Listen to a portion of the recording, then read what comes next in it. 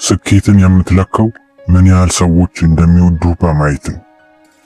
ጊዜን ለሚጠቀምበት ሰው ወዳጅ፣ ለሚያባክን ሰው ደግሞ ጠላት ነው። የምትወደውን ነገር ማድረግ ሳይሆን የምትሰራውን ነገር መውደድ ነው ደስተኛ የሚያደርግ። ገንዘብ አይቀይርህም፣ ይልቁንም እውነተኛ ማንነትህን ያሳያል። የምትፈልገውን ነገር ከገዛ ብዙም ሳይቆይ የሚያስፈልግህን ነገር መሸጥ ይኖርብሃል።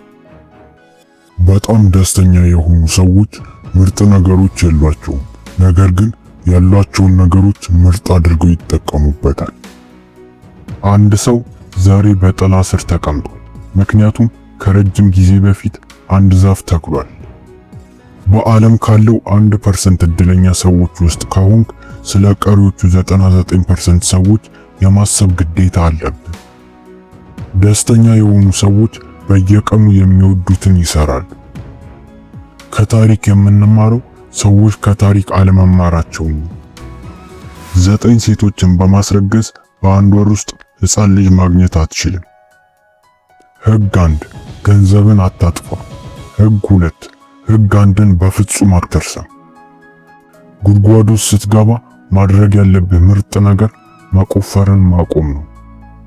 ሕይወት እንደ በረዶ ኳስ ናት። ዋናው ነገር እርጥብ በረዶና በጣም ረጅም ቁልቁለት ማግኘት። ሕይወትህ በጋዜጣ የፊት ገጽ ላይ ሲወጣ ደስ እንዲልህ አድርገህ ኑራት። ቀላል የሆነውን ነገር ሳይሆን ትክክለኛ የሆነውን ነገር አድርግ። ጀግኖችህ እነማን እንደሆኑ ከነገርከኝ ምን አይነት ሰው እንደምትሆን ልነግርህ እችላለሁ። ደግ ሁን፣ ምክንያቱም የምታገኘው እያንዳንዱ ሰው ከባድ ትግል ውስጥ ነው። ዝና ልክ እንደ ወንድ ሸክላ ነው። አንዴ ከተሰበረ በኋላ ለመጠገን በጣም ከባድ ነው። ታማኝነትን መግዛት አትችልም።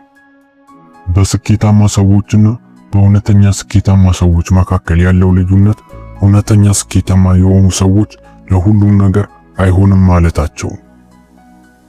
ከመጥፎ ሰው ጋር ጥሩ ስምምነት ማድረግ አትችልም።